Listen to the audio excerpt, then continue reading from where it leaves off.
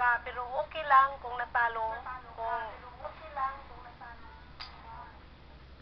sa walang pinagsisihan sa isip ko. Ito, ang nalungkutan ko lang talaga sa'yo. Bakit iniwanan mo to?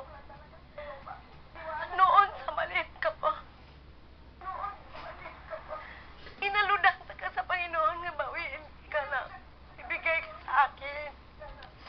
Sinabi ko nga kung gano'n si Manny Pacquiao noon sa maliit pa. Sa amateur boxing ka pa. Siya ang nagbigay ng biyaya lahat sa iyo. Huwag mo kalimutan, naghingi ako sa inyong pakiawa. Huwag mo kalimutan ang usakain na.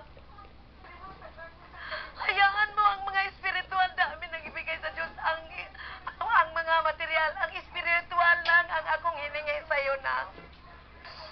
Huwag mo kalimutan itong gabay natin. Tingnan mo ako kahit anong bagyo muno sa aking buhay. Wala akong tigil. Wala akong bumitaw sa kanya. I'm sorry na malaki ang akong tulong sa iyo. Durot sa puto ang paghingi ko sa Diyos na unta. Pero bakit yung santo ninyo doon sa bahay mo? Ma! Ini-smile na niya. Ma! Okay.